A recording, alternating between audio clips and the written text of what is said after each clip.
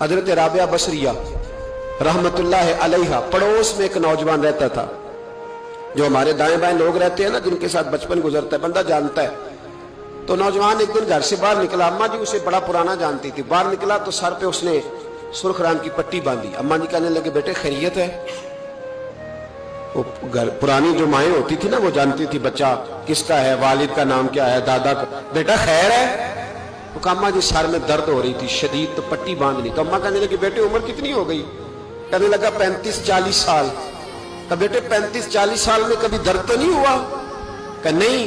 تو اماں جی فرمانے لگے 40 سال اللہ نے صحت دی، تو نے شکر کی ایک پٹی بھی نہیں باندھی، اور آج درد ہوا ہے تو شکوے کی پٹی فوراً ہی باندھ لی ہے، تاکہ سارے زمانے کو بتاتا بھی رہے کہ بڑی درد ہے بڑی درد ہے. 40 سال میں کوئی شکر کی پٹی بھی باندھنی تھی. پتہ چلتا کہ تجھے اللہ تعالیٰ کا شکر بھی تیرے پاس ہے.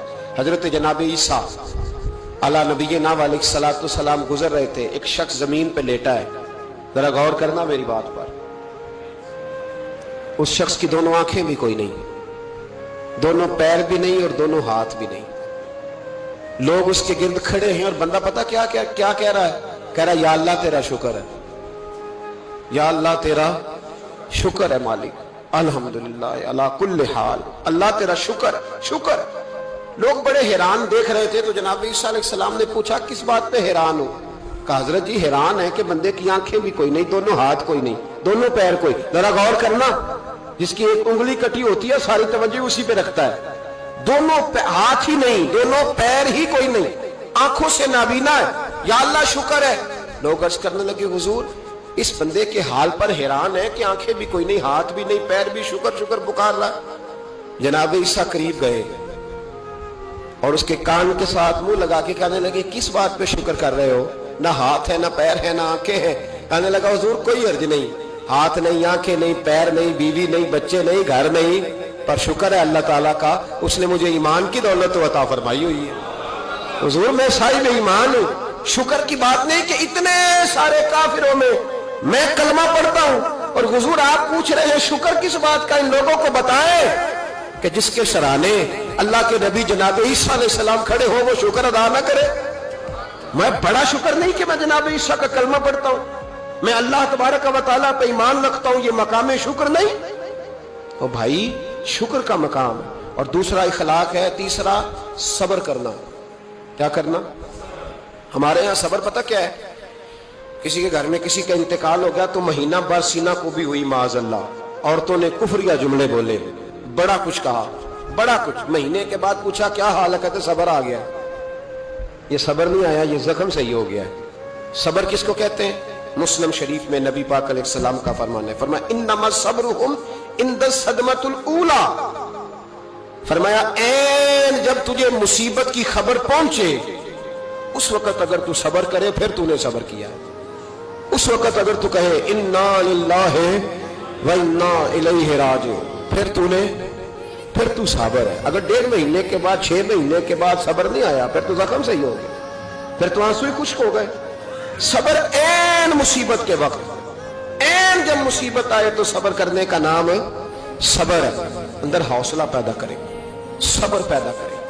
ہم نے جو اللہ سے نعمتیں لی ہیں وہ پیسے جمع کرا کے نہیں لی معاذ اللہ، اس نے اپنے فضل سے دی ہے، اور جب چاہتا ہے اپنے کرم سے واپس بھی لے لیتا ہے. اپنی زندگی میں حوصلہ پیدا کرے. اور ایک بات اور، صوفیاء کرام، اولیاء کرام یہ فرماتے ہیں کہ دکھ انسان کو اللہ کے قریب کرتے ہیں. آپ کو نہ بھی سمجھ آئی تو جملہ بڑا مزیدار ہے، میری تربیت کرے گا. دکھ انسان کو اللہ کے قریب کرتے ہیں، سکھ بندے کو اللہ سے دور کرتے ہیں. یاد رکھنا، ان کو دکھ کوئی نہیں نہ ہوتا، وہ تو بیت اللہ کے غلاف کو پکڑ کے بھی نہیں روتے.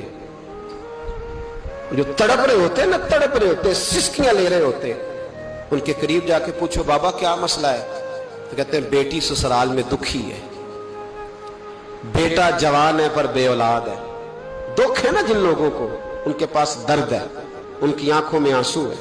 لیکن جو سکھی ہیں ان کا ماحول، ان کے معاملات سخت ہو جاتے. حضرت ایوب علی نبینا علیہ الصلوۃ والسلام اللہ کے پیغمبر ہیں. اللہ نے بیٹے بھی دیے، کھیت بھی دیے، بہت زیادہ جانور بھی دیے، بڑی دولت، بڑا کچھ.